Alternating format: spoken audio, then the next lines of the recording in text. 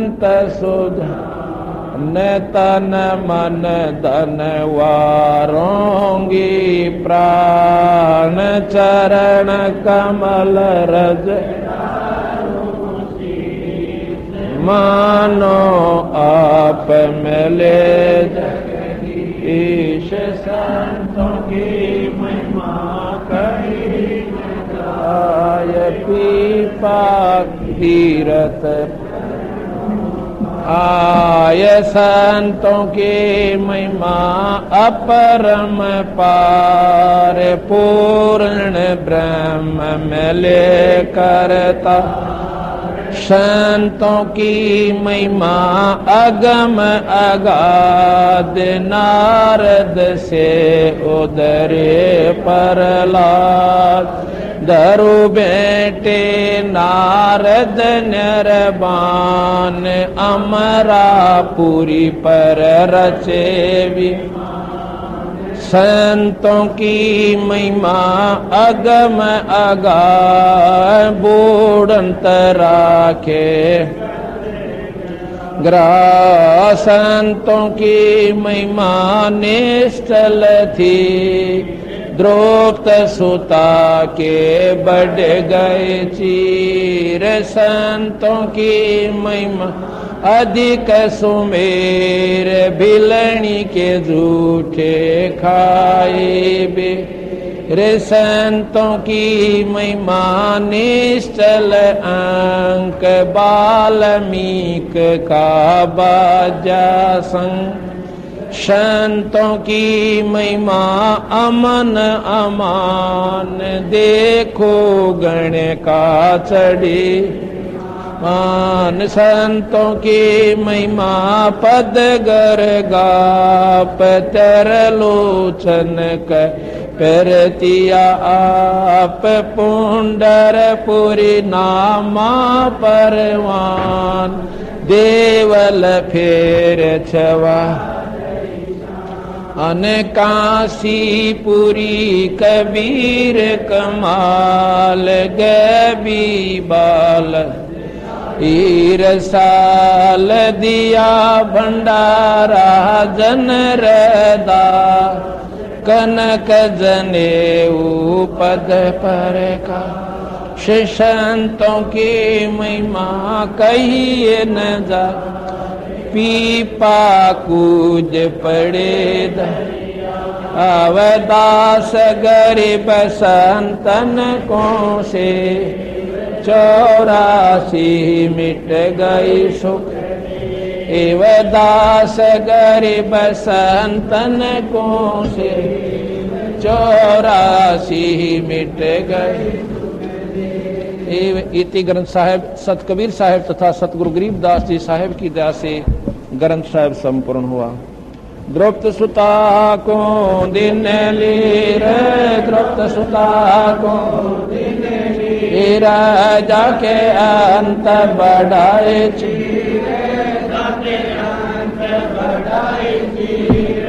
रुक्मणी कर पकड़ा मुस्काए रुक्मणी कर पकड़ा अंत कयामो को समझाए अंत कयामो को समझाए दुशासन को द्रौपदी पकड़े दुशासन को द्रौपदी पकड़े मेरी भगति सकल में सिखरे मेरी भगति सकल में सिखरे जब मेरी भगति पे छोड़ी हो जब मेरी भगति पे छोड़ी हो हमरा नाम ना लेवे कोई हमरा नाम ना लेवे कोई तंजई से पासा डारे तंजई से पासा डारे पहुँचे सुख समय रूप मुरारी पहुँचे सुख समय रूप मुरारी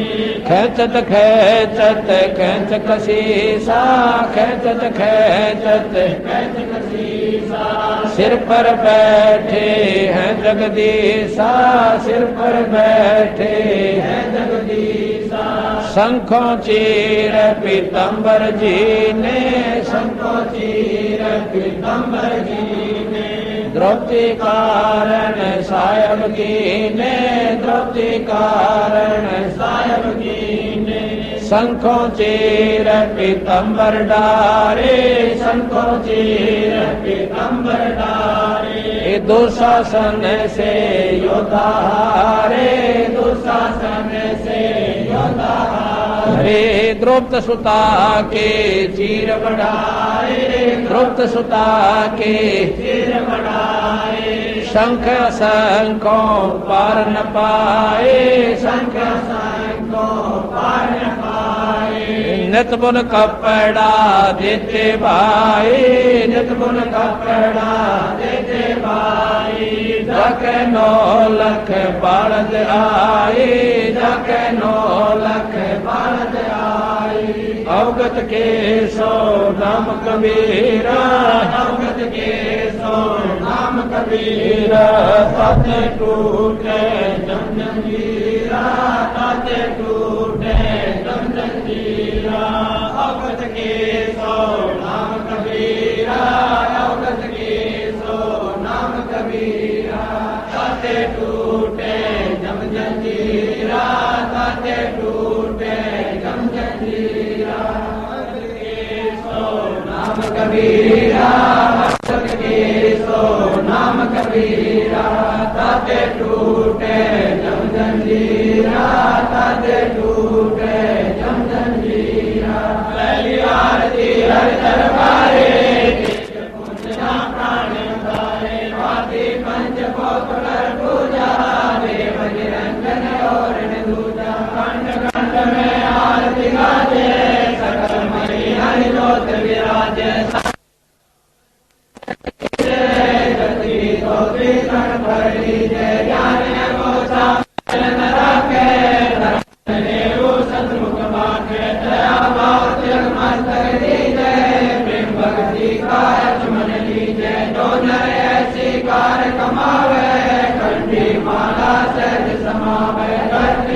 जो गिनती होवे, तर्पण सो जो तमकन होवे। संज्ञा सो जो संग बिछाने, मन बसरे को घट में आने। सो संज्ञा हमारे मन मानी, कह कबीर सुनो रे ज्ञानी।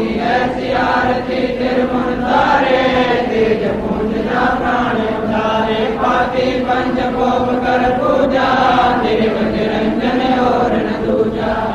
नाथ पिंड पर मंडा, बाजत है सदाय खंडा। गगन काल जा उड़गट मोती, गंध सुर जा निर्मल ज्योति। तन मन धन सब अर्पण कीना, परम पुरुष जिन्हें आत्म जीना। प्रेम पर कास भया उदियारा, कहे कबीर मैं दास तुम्हारा। संध्या आरती करो विचारी, काल दूत यमरे जग मारी। लाग्या सुषमन पूंजी तारा, अंधन समुद्र में जनकारा। उन्मन स्वयं हम कर जाई, अजय कमल में रहा समाई। निर्गुण संयम कर ले दर्शन, देखत निरखत मन होए प्रसन्न। प्रेम मदन होए आरती गावे, कह कबीर खुद को प्रणयावे। हर दर्दी का मरम न पाया, जिनियो चोला जल बनाया। पानी की सुई पवन का धागा, 9-10 मास सीमते लागा। 5 तरह की गुदरी बनाई, चंद सूरज तो दिगरी लगाई। कोटे तन कर मुकुट बनाया, बिच बिच हीरा लाल लगाया। आप ऐसी में आप बनावे, प्राणी पुरुष बोले पैरावे। कहे कबीर सोई तन मेरा, नीर नीर का करन मेरा। ऐसी आरती अपरम कारा, ताके बर्मा में गौचारा। अंत कोट जग शंभु ज्ञानी, बर्मा संग वेद पढ़वानी। इधर अनंत में करशमाला, शब्द अतीत विरत नहीं बाला। तंत सुर जग अंत चिरागा, शब्द अतीत अजमर बागा। 7 समुद्र जग अंत नैना, शब्द अतीत अजमर मैना। अनंत कोट जग बाते बाते, पूर्ण ब्रह्म अमर पुरुषाते। 20 कोटि रामा अवतारी, सीता संग रहती नारी। 3 पदम जाके भगवाना, सब नीलक नवासन जाना। 30 कोई सीता संग तेरी सत नील राधा दे फेरी जागे तुम पर सकल बसारा ऐसा पूर्ण ब्रह्म हमारा दास गरीब कह डर लोई और पृथ्वी में बिरला कोई दास गरीब कह नर लोई साहेब की ने बिरला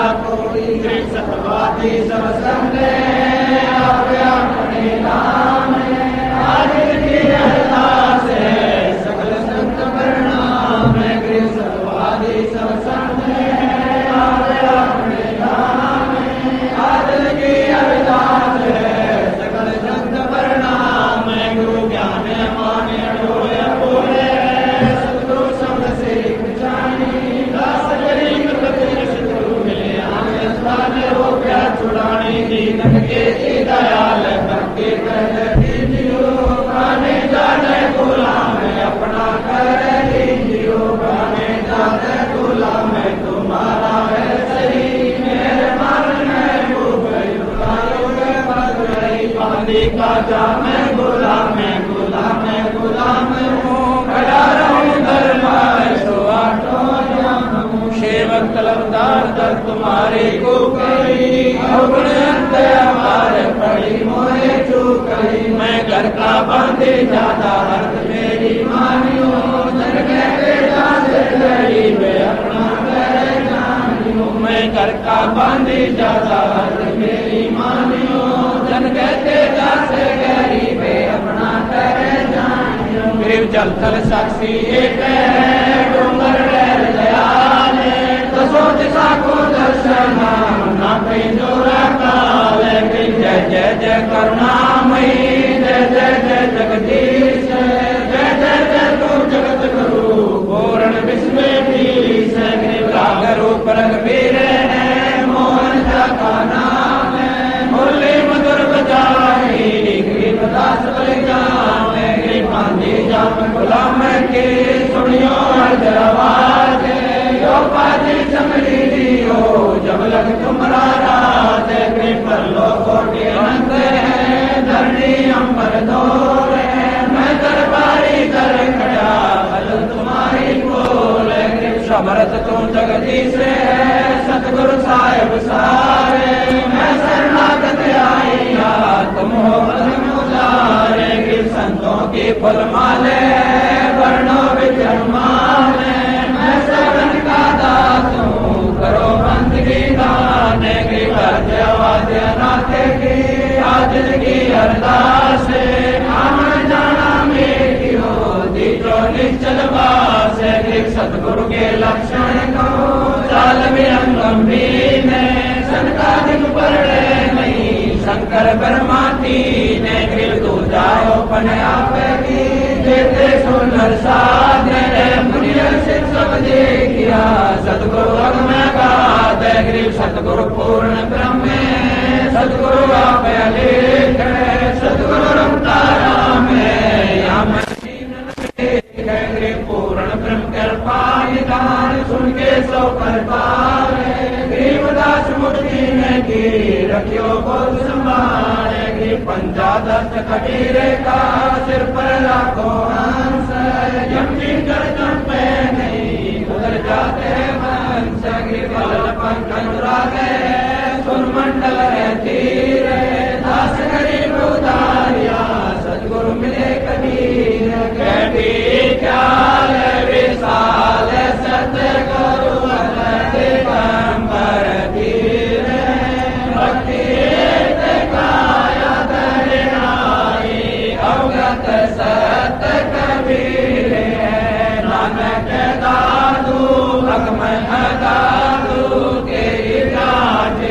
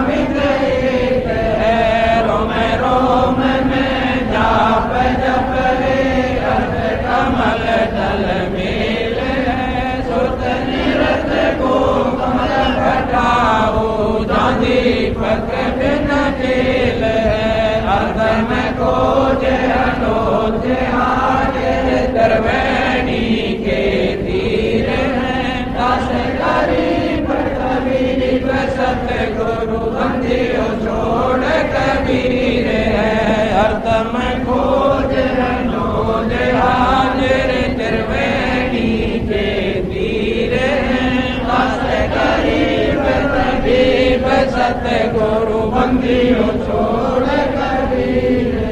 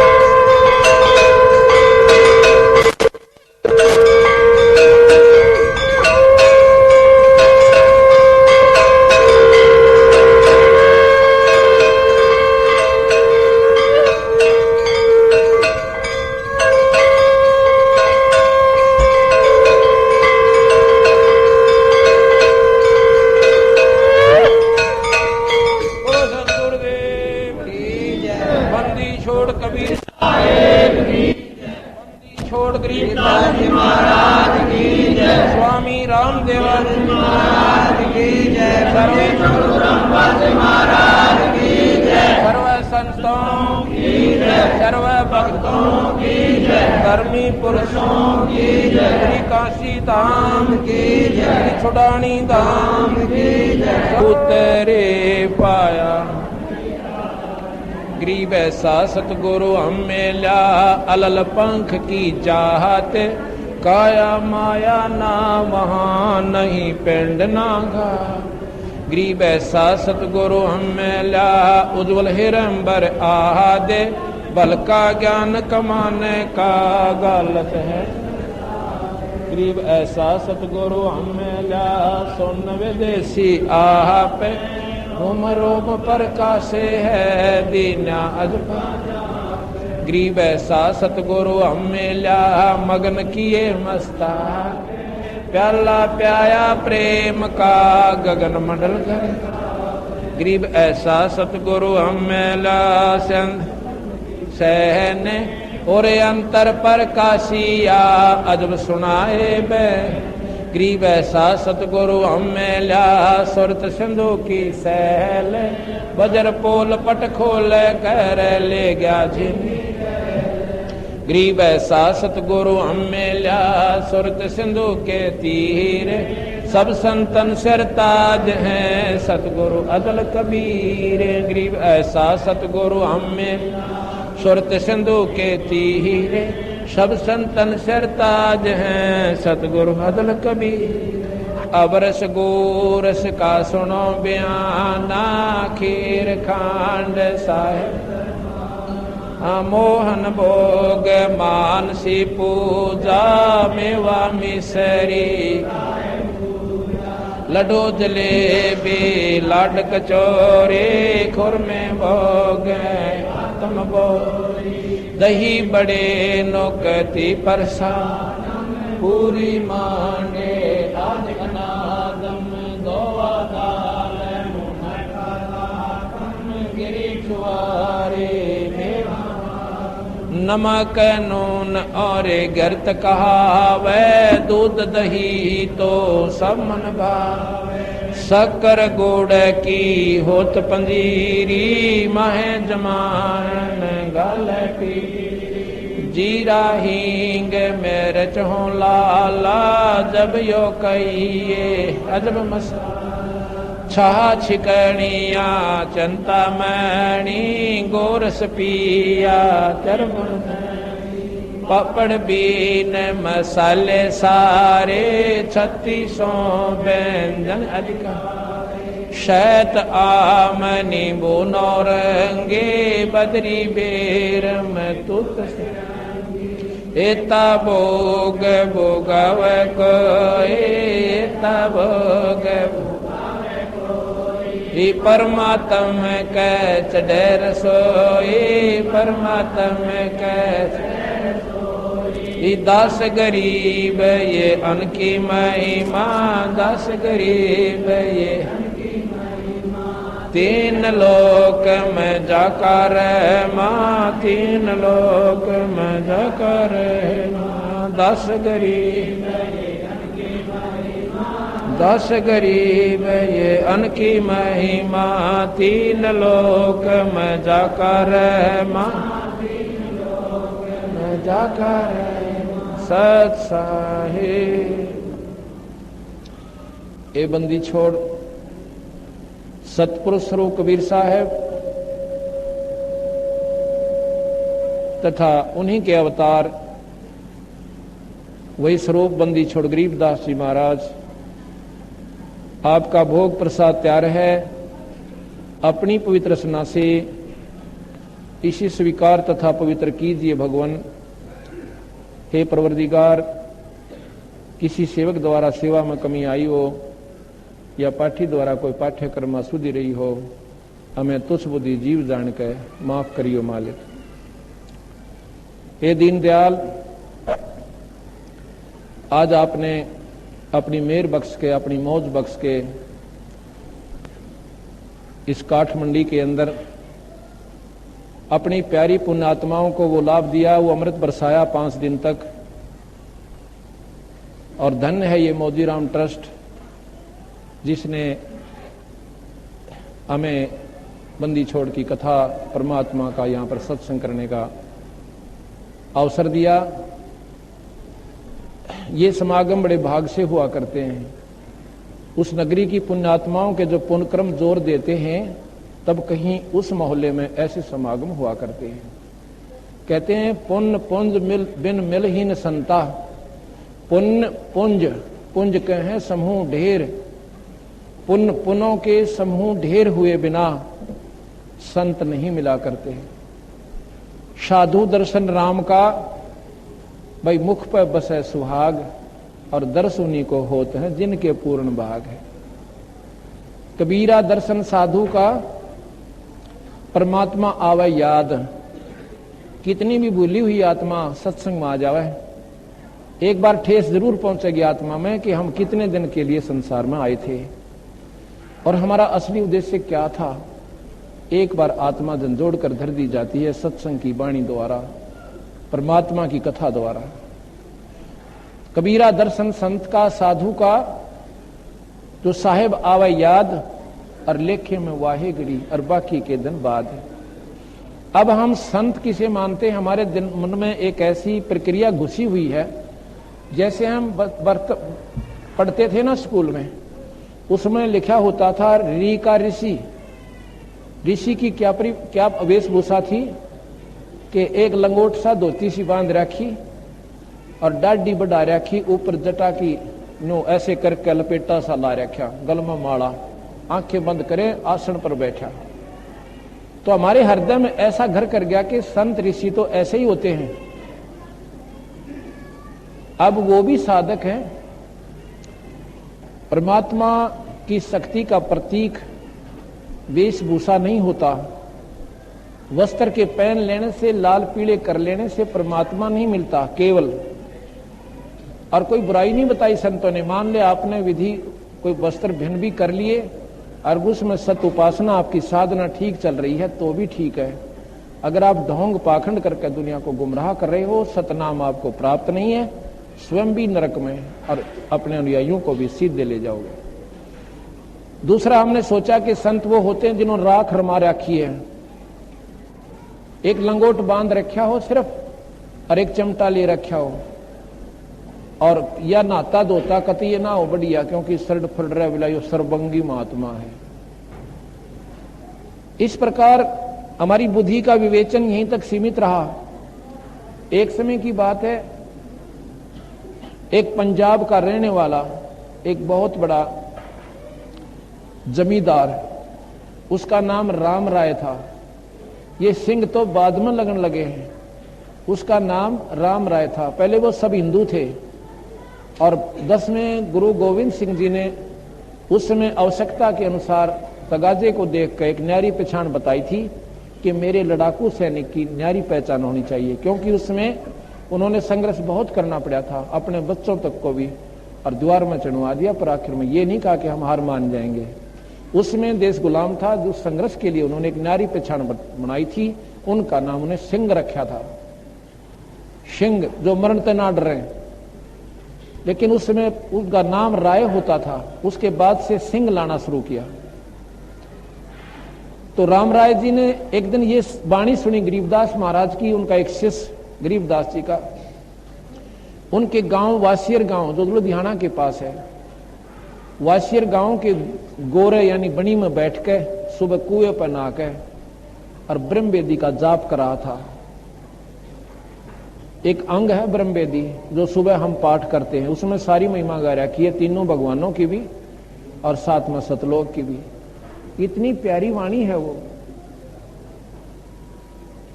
बोलो मत ना, तो बैठ जा आराम से भगत जी, तो नहीं टिकता, बैठ जा आराम से।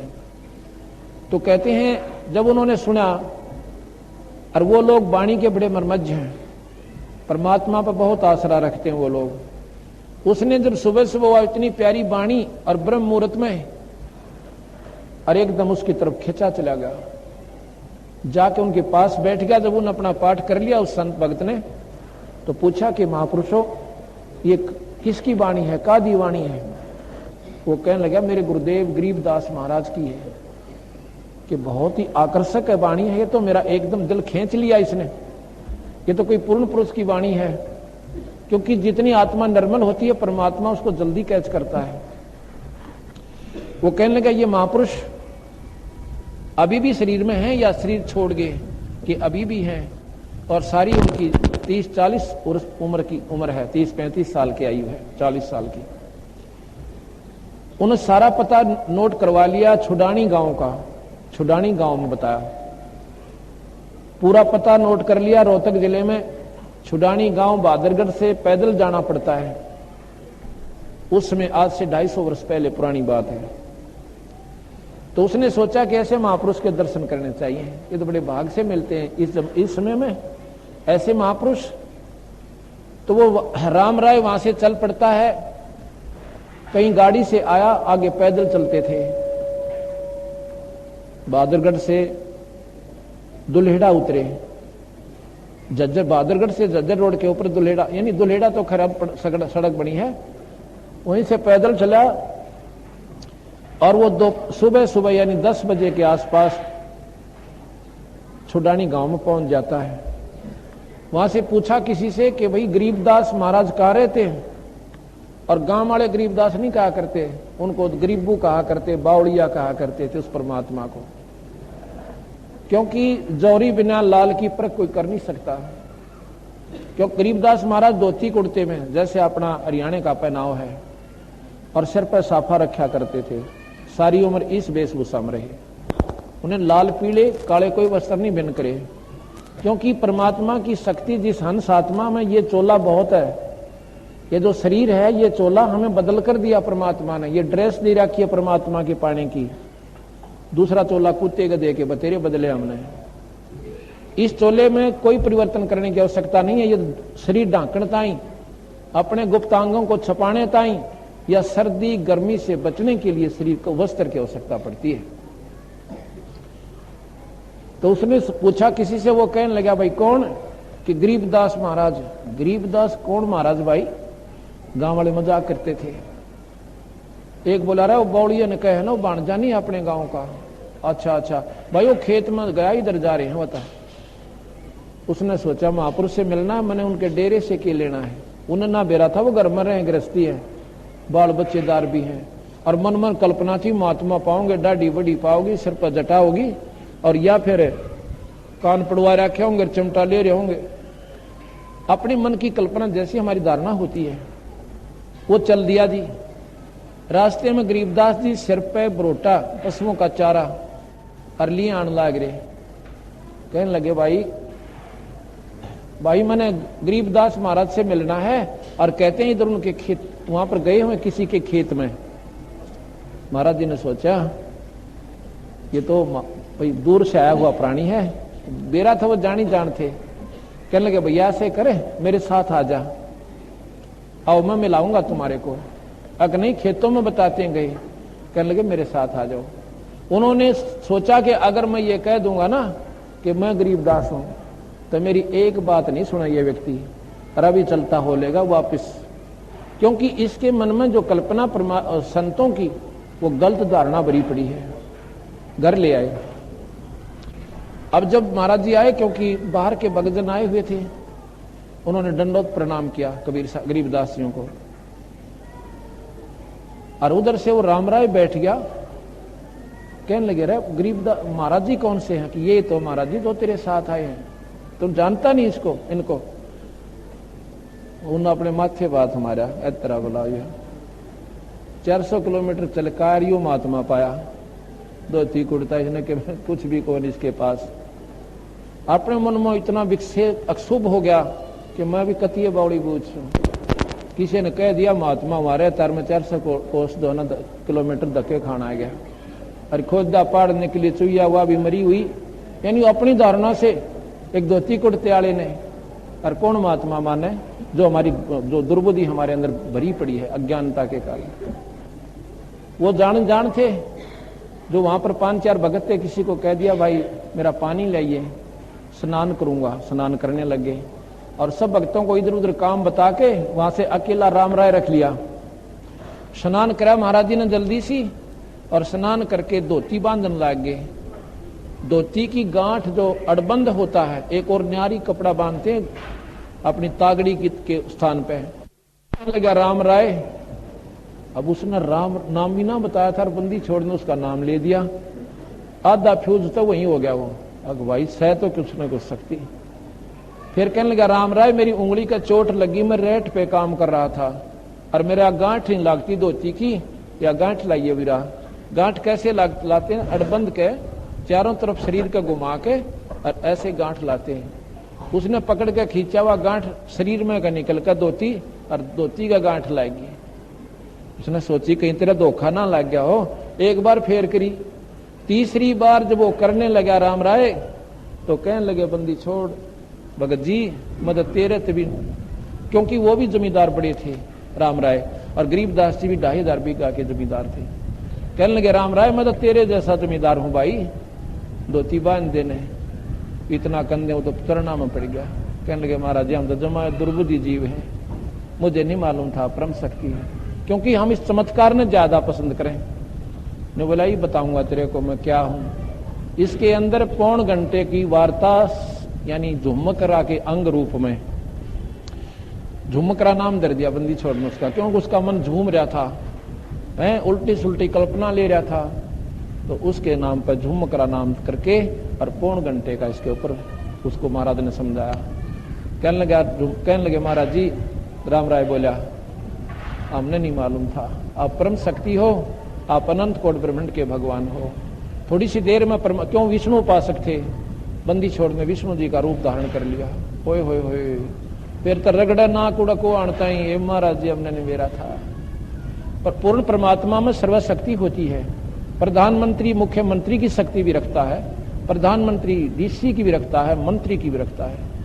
उस प्रकार उस वाजबी वासियर गांव में गरीबदास नाम का आश्रम बना हुआ है। ऐसे ऐसे पंजाब में कम से कम 50 हमारे आश्रम गरीबदास जी के नाम से वहां पर आज भी विद्यमान है। बोल सतगुरुदेव। अब भगवान कबीर साहब पूर्ण परमात्मा हैं, उन्हीं के अवतार गरीबदास जी आए हैं। अब जैसे हम भगवान की संज्ञा में भगवान कृष्ण को क्यों लिया कि सुदामा जी एक 2 मुट्ठी चावल लेकर और भगवान कृष्ण के पास गए थे। वो भी राजा थे, उस समय के लोग उनको राजा कहते थे, ना कि भगवान कहा करते थे। लेकिन अब उनकी महिमा का ज्ञान हुआ, उनके जीवन चरित्र से, जीवन लीला से ज्ञान हुआ कि वो तो 3 लोक के पूर्ण परमात्मा थे। आज हम उनकी पूजा करते हैं और उस समय उनके साथ लठ बजाया करते हैं। तो समय चूक जाने पर ये प्राणी फिर बाद में डले डोए हैं। संत आते हैं जब तो उनकी श्रद्धा नहीं करते, उनका आदर नहीं करते। अरे करो थे हमारी मंडी बन जाएगी, तो दुनिया पूजन जाया करेगी। और अब समय आ रहे हैं, अब 36 नखरे करके दूर मुंह लटका कर चले जाते हैं। फिर क्या वहां से माथा टेके जाइयो, से सारा कुंबा वहां जाए जाइयो, मंडी पर परमात्मा नहीं होगा। संतों में भगवान होता जैसे बिजली में तार, जैसे तार में बिजली होती है, वैसे परमात्मा संत बिना की तद आपको लाभ दे कोई ना। तो वो क्या हुआ, सुदामा जी वहां चले गए और भगवान कृष्ण के दरबार पर जाकर खटखटाते हैं तो पता चला वो पहरेदार कहता कौन भाई भिखारी तू उल्टा बोले ये राजा का महल है, कौन जा रहा है? ने बोला भाई मुझे मालूम है ये राजा का महल है, पर एक कृपा कर दे, राजा को संदेशा भेज दे कि द्रौड़ देश से सुदामा आया है, बस और ना कहिए कुछ भी, इतना ही कह दिए और फिर वो कहें तो मुझे बुला लीजिए, नहीं मैं वापस हो लूंगा। इतना जाके कृष्ण जी से कहा था कि महाराज जी एक भिखारी खड़ा है पाटे से कपड़ों में और कहता मेरा नाम सुदामा है, मैं उनके साथ पढ़ा करता था, सहपाठी था। इतना पूर्ण भी वो कह नहीं पाया था वो संदेश वाहक। भगवान कृष्ण बगैर जूती पैरे नंगे पैरा डांक ठोक दी और जाके सुदामा को छाती से लाके और गोदी ठा लिया, घर ले आए, पांव धोए, वस्त्र बदलने लग गया। जब वो काख में तो वह पंडोकड़ी लकोरी रखी थी ना चावला की, वह ढेर पर गिर जाती है, वो तो छुपा रहा था के दो राजा ने बता एक दो मुट्ठी चावला का कोई हम क्या भोज ले आए इनके लिए। तो वो जब भगवान कृष्ण ने वो चावल खा के वो भुने हुए चावलों के प्रतिफल में तंदुलों में उनकी सुदामा का महल रच दिया, मालो माल कर दिया। अब इसलिए परमात्मा, क्योंकि ये तीन लोग के परमात्मा हैं और किए कर्म का दंड फल ये भी दे सकते हैं, पर ये सीमित है। आप बंदिश ये जन्म मरण नहीं मिटा सकते। और कबीर साहब पूर्ण परमात्मा, इसकी महिमा मैं आपको सुनाता हूं। एक तैमूर लंग नाम का लवार था, बहुत गरीब था, समय पर जून क्या करती, माँ बेटा थे, पिता मर रहा था, पिता था नहीं मर चुका था, स्वर्ग सिधार गया था। उसकी माँ बहुत धार्मिक थी, कोई संत साधु या भगत या कोई राह चलता उनके घर पर आ जाता, लुखी सूखी जैसी भी घर पर रोटी थी, रोटी खाए बिना वो जान नहीं देती थी। ऐसी श्रद्धा उसके बच्चे में थी। वो बकरी चरा रहा था, 2-4 बकरी अपनी थी और बाकी गांव वालों के पाली जाता था, मेहनताना लेता था और उनकी बकरियों को चराता था। जंगल में बाहर बनी में बैठा था, गांव से थोड़ी सी दूरी पर जोड़ के आसपास बनी होती थी। कबीर साहब पूर्ण परमात्मा वहां जाकर बैठ जाते। तैमूर लंग अपनी लुखी सूखी रोटी खा रहा था, रोटी खा ली थी, बस एक टूक बाकी रह रहा था, एक ग्रास। तो इतने में कबीर साहब का जाना हो गया। जैसे स्वाभाविक कहते हैं कि भाई जी रोटी खाओगे महाराज जी? अब भाई भूख तो लगी है भगत जी। अब वो खा के उस ग्रास को कहने लगे महाराज जी आप यहां मेरी बकरियों को देखना, मैं गांव घर जाता हूं, आपका खाना लेकर आता हूं। उसको ठाठ थी कि मेरी मां नाटक हो ना, इतने हौसला था बच्चे को। तो वो घर पर गया, उसकी माँ से कहा माँ अखा भाई रे तू बकरी छोड़ के आ गया दोपहरी में? ऐसे ऐसे एक महाराज भगत जी आया, सब भूखा है और रोटी बना माँ, रोटी लेने आया हूँ। अगले बेटा ही बनाई, बना के 2 रोटी मेसी यानी चनों की और पानी का लोटा धर के थाली में। ने बोली बेटा मैं भी दर्शन करके आऊंगी और मैं बर्तन ले आऊंगी, तो वहां पर पाली रह जाना। उसकी माँ बेटा दोनों आगे, महाराज जी को आगे थाली रख दी कि भोजन पाओ महाराज जी। महाराज जी कहने लगे अभी देखो, एक रोटी खा ली महाराज जी ने और पानी पी लिया। फिर ज्ञान दिया कि परमात्मा के नाम बिना जीव छुटकारा नहीं होता। उसकी माँ बोली महाराज जी हम तो गरीब गणे हैं, भगवान तो जब बजेंगे जब 2 रोटी टाइम पे मिलेगी, हम तो गणे गरीब से महाराज जी, कति नाक में दम आ रहा है, हमारा कोई मतलब गांव में इज्जत भी नहीं रह रही। ये लड़का मजदूरी करता है, शाम ने एरन पर चोट मारता है, जब माँ बेटा 2 रोटी प्राप्त कर पाते। तो कहने लगे बहन बात सुनो, परमात्मा सब कुछ कर सकता है, परमात्मा निर्धन को धनवान बना सकता है, परमात्मा रंक को राजा बना सकता है, पर उसका नियम है, आपने उपदेश लेना पड़ेगा। और कोई साधना और नहीं करनी, जैसे वो मुसलमान धर्म में थे तैमूर लंग, अमरता के ना करता कि उसने कहा कि ये तो हमने सारी काम करके देख लिए भाई, रोजे भी रखे हैं, नमाज भी पढ़ रहे हैं और सारे काम करें महाराज जी, फायदा कुछ नहीं। कहने लगे सारे पचेड़ा छोड़ दे, इसमें कोई लाभ नहीं बैठना।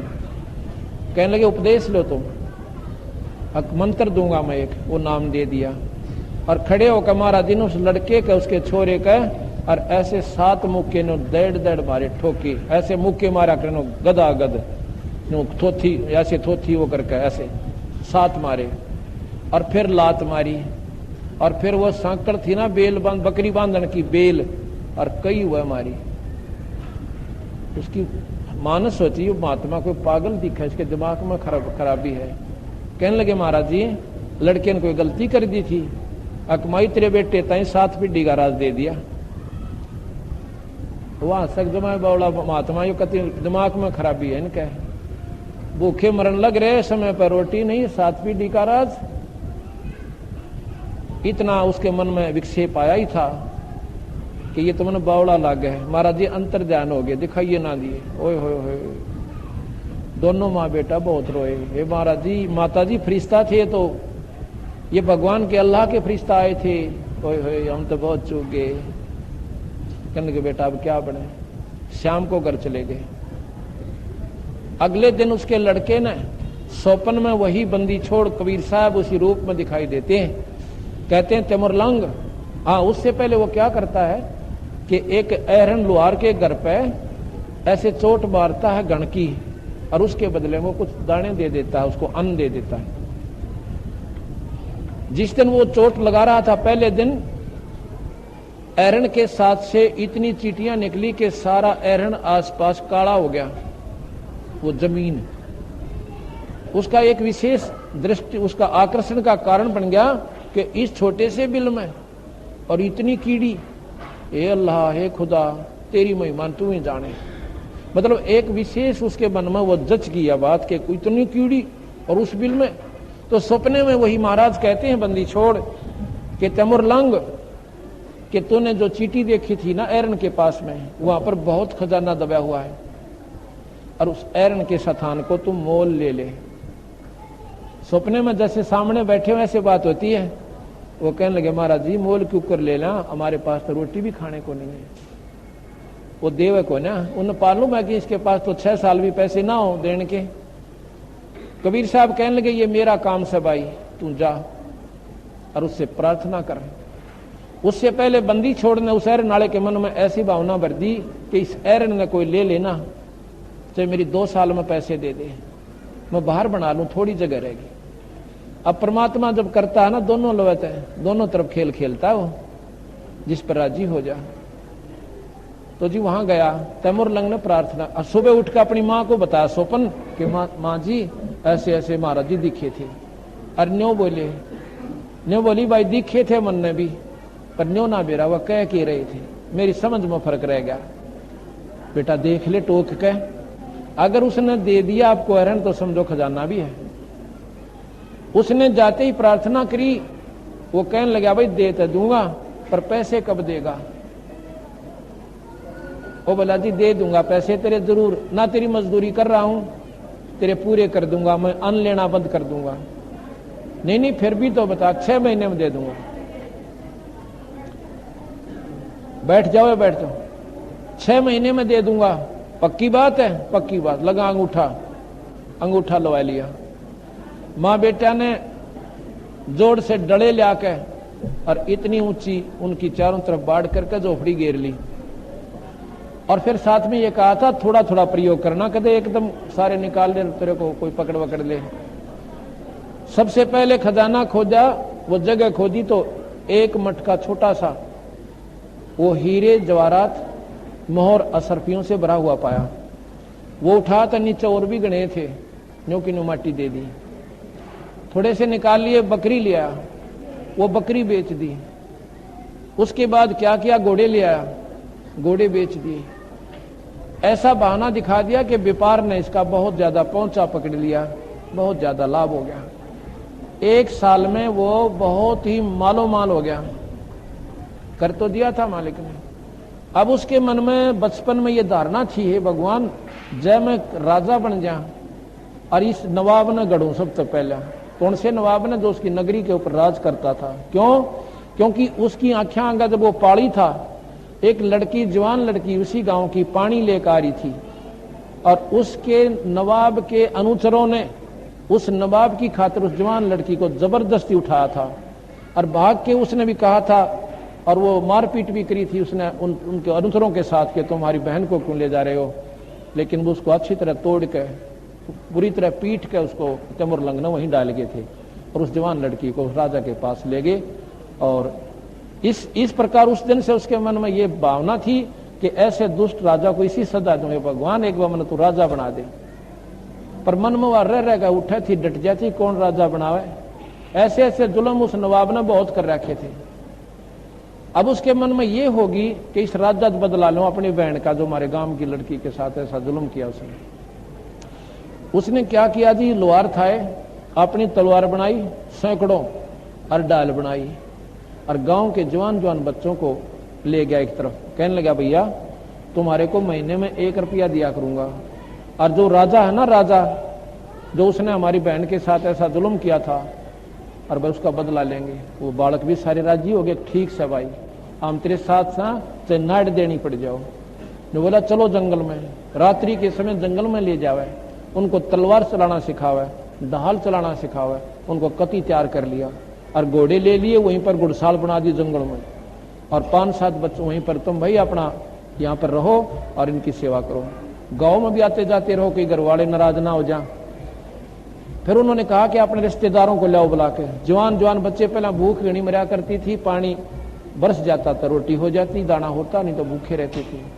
तो उसने कम से कम भी 2000 बच्चे जवान जवान एक फौज तैयार कर ली, और फौज तैयार करके उस नवाब के ऊपर हमला कर दिया। और नवाब था ऐसा ही, उसने नो भी ना सोची थी कि तेरे साथ ऐसी घटना कभी घट भी सकती है। चारों तरफ से घेर के और संदेशा भिजवा दिया कि या तो राजी खुशी अपने हथियार डाल दे, और नहीं तो कुनबे तक को खत्म कर देंगे।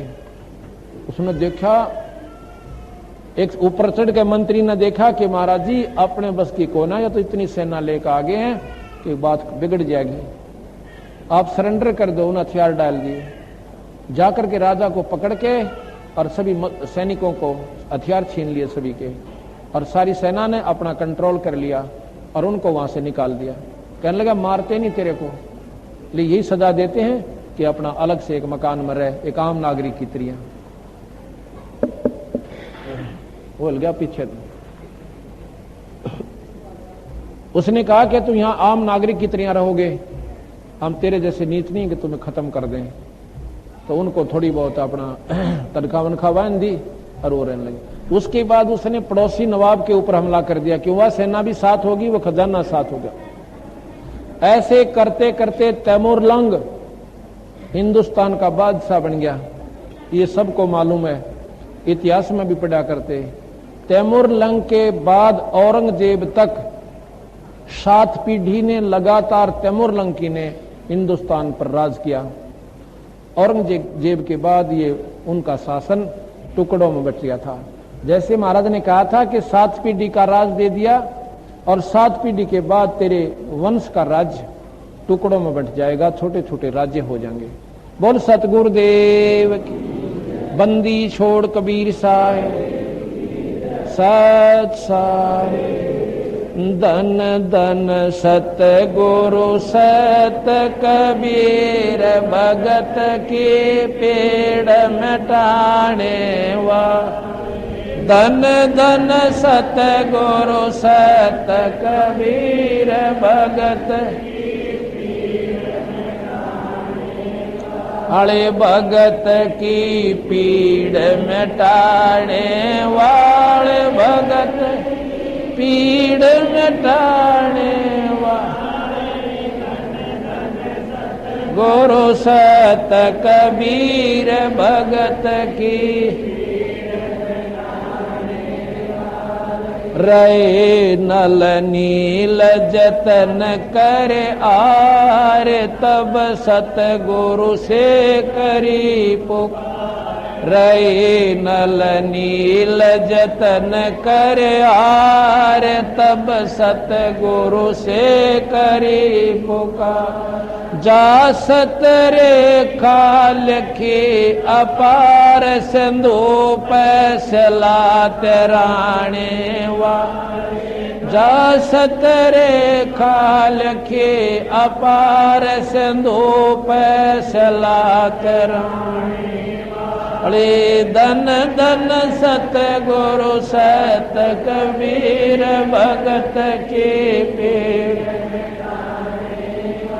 रे भगत की पीड़ मिटाने वाले भगत धन धन सतगुरु सत कबीर भगत की अरे धन धन सतगुरु सत कबीर भगत दसी सरप ने जब जा पुकारी इंद्रमती अकोड़ा डसी सरप ने जब जा पुकारी इंद्रमती अकोड़ा आपने तुरंत करी सहाय बरोली मंत्र सुनाने वा आपने तुरंत करी सहाय बरोली मंत्र सुना आले धन धन सतगुरु सत कबीर भगत के पीड़ भगत के सतगुरु सत कबीर भगत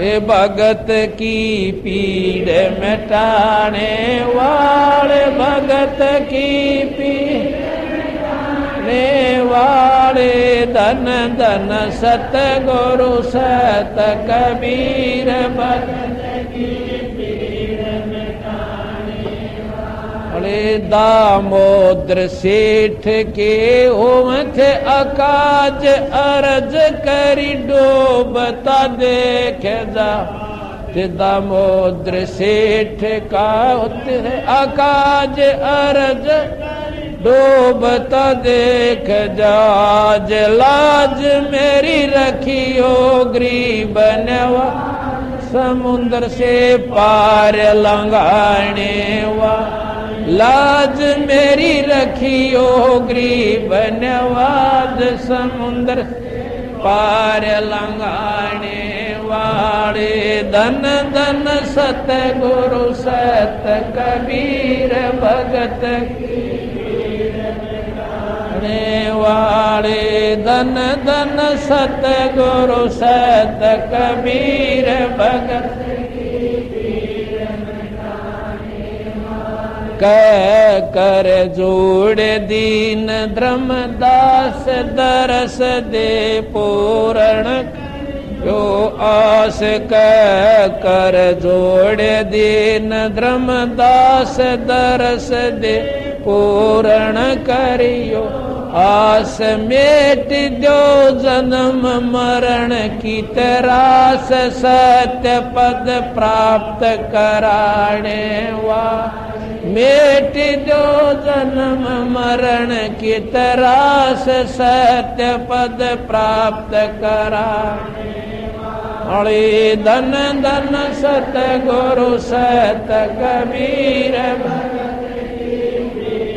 मिटाने वाले धन धन सतगुरु सत कबीर भगत की पीड़ मिटाने वाले भगत की पीड़ मिटाने वाले भगत की पीड़ मिटाने वाले धन धन सतगुरु सत कबीर भगत की पीड़ मिटाने वाले धन सतगुरु सत कबीर भगत की पीड़ मिटाने वाले सत।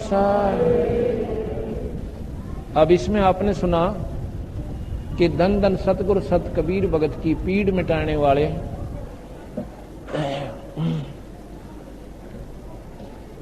नल नील की कथा मैंने आपको सुना दी थी। रहे नल नील जतन कर हार तब सतगुरु से करी पुकार। जासत रेखा लिखी अपार सिंधु पर सिला तराने वाले एक इंद्रमती नाम की रानी थी। चंद्र विजय राजा थे उनके। रानी बहुत धार्मिक थी, इतनी श्रद्धालु थी कि उनके गुरुदेव ने उनको बता दिया था कि बेटी व्रत रखा कर और आए भगत संत को द्वार से भूखा नहीं जान देना। और साधु के जिमाने का बहुत पुण्य होता है, जैसे तू पीछे रानी बनी है ना, पुण्य कर्मों से ही बनी है, अब पुण्य मत छोड़ना। उसने पल्ले गांठ लगा ली और जैसा भी परमात्मा का नाम वो जानता था, उस संत ने उसको बता दिया, ओम नाम का जाप किया करे। अब उस रानी ने इतनी पक्की होगी कि एक दिन रोज एक संत को घर पर भोजन कराया करूंगी, क्यों धन की कमी को ना, और श्रद्धा पिछले पुण्यकर्मों से बहुत गणी। राजा इतना भागवान था, उसको मना नहीं करता था कि तेरी मौज जो तने ठीक लागे न्यू कर ले। तो उस रानी ने क्या किया कि ऐसा प्रण कर लिया कि मैं भोजन जब खाया करूंगी जब एक संत ने रोज भोजन करा दूंगी, क्योंकि मेरा याद रह जाएगी फिर ये बात, और नहीं तो मैं भोजन खाऊंगी नहीं तो मैं भूल सकती हूं किसी दिन संत को खिलाना और मुझे उस दिन का वो पुण्य प्राप्त नहीं होगा। एक बार क्या हुआ, ये क्रम चलता रहा कई वर्षों तक। कुंभ का मेला आ गया। कुंभ के मेले में जो साधु संत थे, जिनको हम संत मानते हैं विशेषकर, और वो चले गए सभी गंगा पर हर पैड़ी पर स्नानार्थ। रानी ने 3 दिन हो गए संत मिला नहीं। राजा ने भी डंडोरा पिटवा लिया, आसपास के गांव में कहीं नहीं मिला उसके राज्य में। अब क्या करे, रानी रोटी ना खावे। दिन तीसरा अंत हुआ, चौथा उदय हुआ। उस दिन उस पर उठा नहीं जाए ऐसी हालत होगी कि आज अपनी बांदी से कहती है कि बांदी, अगर अपनी रानी ने चाहा है ना, आज को साधु ले आओ, और नहीं तो मैं शाम तक प्राण त्याग दूंगी। आज नहीं जी सकती। वो बांदी ऊपर चढ़े, अटारी पर चढ़कर देख रही है, एक बंदी छोड़ भगवान कबीर साहब, वो सतपुरुष भगत के दुख न देख के एक संत का रूप बढ़ाकर साधारण सा, जैसे धोती कुर्ता, दाढ़ी बड़ी हुई और टोपी सी, तो कुछ थोड़ी बहुत आकृति सी अब संत की देखी कि दाढ़ी बड़ी हुई है, साधु ही होगा। उसने कहा, रानी ऐसे ऐसे संत है इस आकृति सी का और दिखा भगत है कि बुला लाऊं, जल्दी जावे। वो गई कि महाराज जी, वो उनके आगे से निकल गए दरबार से और फिर वापस आने लग रहे। वो गए उसी उद्देश्य से थे। बांदी कहती है, महाराज जी ऐसे ऐसे हमारी रानी ने प्रण कर रखा है और आज चौथा दिन हो गया, रोटी ना मिली खाई, आज वो मर जाएगी, आप एक बार चलो। कहने लगे, बेटी तू कौन है? कि मैं बांदी हूं, मैं दासी हूं उसकी। कि मैं ना चलूं फिर। क्यों नहीं? अग नहीं, वो स्वयं आवे तो मैं चलूं। तो वह गई, कहने लगे, महाराज जी ऐसे ऐसे कह रहे हैं। तो बोलिए, मेरा हाथ पकड़ जल्दी सी, भगवान घर पा और मेरे बुलाए ताजा, इससे बढ़िया और क्या बात होगी। क्योंकि श्रद्धा संतों के प्रति विशेष थी उसकी। उसके खोए पर हाथ धर के और महाराज जी थोड़ी दूरी पर खड़े थे। महाराज जी ने ऐसा क्यों कहा? वो श्रद्धा देखना चाहते थे कि इस बच्ची में कोई श्रद्धा भी है, वैसे ही अपनी मनमुखी साधक बनी बैठी है। जाके कहने लगे कि महाराज जी आप तो को थे बुलाने के लिए, इस दासी के कंधे पर बैठ जाओ, आपको घर ले चलती हूं। कहने लगा, बेटी सिर पर आदर का बंदी छोड़ के साधु भूखा भाव का और धन का भूखा ना। जय कोई धन का भूखा हो तो वो साधु ना। मैं तो आपका दिल देखना चाहूं था, तेरे में संतों के प्रति कितना विशेष निष्ठा है। घर ले आए, रोटी बना दी, बड़ी खुश होकर अपने हाथ में। महाराज जी बोले, मेरा शरीर रोटी खाने का नहीं है, मेरा शरीर तो तेज पुंज से है, इसमें भूख प्यास मुझे गर्मी सर्दी कुछ नहीं लगती। कहने लगी, महाराज जी फिर मैं तो मरूंगी, रोटी मैं भी ना खाऊं, आप नहीं खाओगे तो।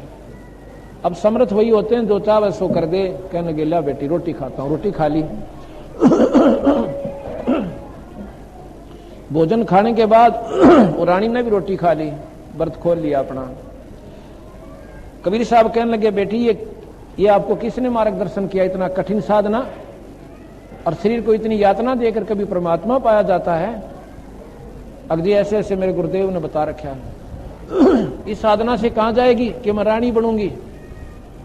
बेटी देखो, ठीक है, उनके प्रभाव से स्वर्ग भी जा सकती है, रानी भी बन सकती है, पर यह मत ना भूला गद्दी भी बनेगी। कैसे महाराज जी कि जैसे कर्म प्राणी करता दोनों भोगने पड़ेंगे आपको। रानी का नंबर मनमाना 1000 वर्ष के बाद आओगा, इतना बिरानी के बयान माटी होगी तेरी, और इस 3 लोग की साधना से तेरी जन्म मरण नहीं मिट सकता। कहने लगी महाराज जी ओम मंत्र पढ़ती हूं मैं।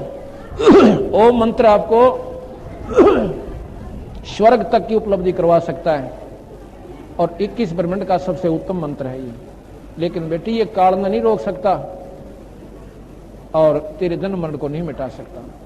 ने बोले महाराज जी आप तो वाद विवाद करने लग गए और निंदा करने लग गए संतों की। अच्छा बेटी चलो आपको ऐसे मंजूर है तो ऐसे सही, पर एक बात सुन ले, आज से तीसरे दिन तेरे को सांप डसेगा और तेरे कोई नहीं बचा सकता, ना तेरा गुरुजी बचा सकते और ना तेरा ओम मंत्र बचा सकता, और ना ये जिनको तू साधुओं को खाना खिला सकते ये नहीं बचा सकते। ये कर्म का दंड आपको भोगना पड़ेगा।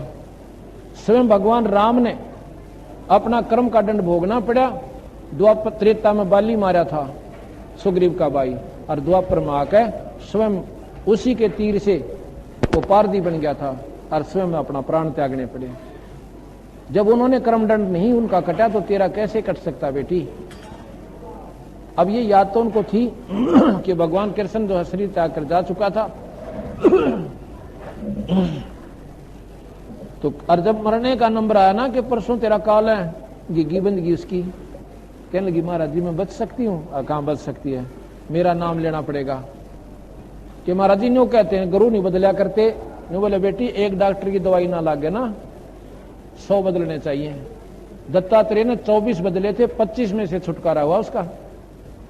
ये किसी ने बढ़ा दी तो एक अध्यापक है 5वीं तक पढ़ा सकता है, क्या उस अध्यापक को छोड़े नहीं, लेकिन सत्कार जरूर करे उसका। ये नहीं कि हम उसको कहते हैं उसके आप आदर भी मत करना। तन्यू बोले जी नाम दे दो, नाम दे दिया। कहने लगे तीसरे दिन मेरे रूप में काल आएगा और तुम उससे बात मत करना, सिर्फ 2 मिनट, और ये सुमन मैंने दिया इसका जाप करना। तो इसी प्रकार उसने याद रखी। तीसरा दिन के 2 बजे के आसपास कबीर साहब के रूप में वो काल आता है। आके कहने लगा इंद्रमती इंद्रमती। एक बार तो महाराज को देख कर बड़ी खुशी हुई, फिर वो बात याद थी, एकदम चुप होकर बैठ गई और वो मंत्र का जाप शुरू कर दिया। वैसे तो महाराज ने कहा संत का आदर करे बिना रह नहीं, लेकिन अब मैं कहता हूं अब नहीं करना। 2 मिनट के सुमन के बाद देखना उसके शरीर को। 2 मिनट सुमन करके जब आंखें खोली उस काल का असली स्वरूप उसके सामने था। और काल ने जब देखा अपना चेहरा कि तेरा तो इसने आकार बदल दिया, जरूर कोई भयंकर मंत्र इसके पास है जो मेरे काबू से बाहर है। कहने लगा ले इंद्रमती अब तो जाऊं तो फिर देखूंगा। अब उसको और पक्की होगी, हाँ आज तो बिल्कुल शायद थी मेरी और महाराज की कृपा से बची। क्या हुआ, अब वह गफलत में आ गई, खुशी मनावा सब ने बताती अंडा मेरी मौत थी, महाराज जी ने टाल दी मेरी मौत थी, और सुमन करया कोई ने अपने सोगी ठाठ तंगले कट्टी टंटा मिटा। शाम के दिन छिपने के करीब हो रहा था, इतने में काल ने सांप का रूप धारण किया, इंद्र मसीह का डंक मार दिया। और डर वह लेटी ही थी और उसका डंक मारा, एकदम उठी, इतना मोटा सर्प, और ऐसे करता हुआ और जाने लग रहा, चिल्लाई, रुका मारा, एकदम पहरेदार आगे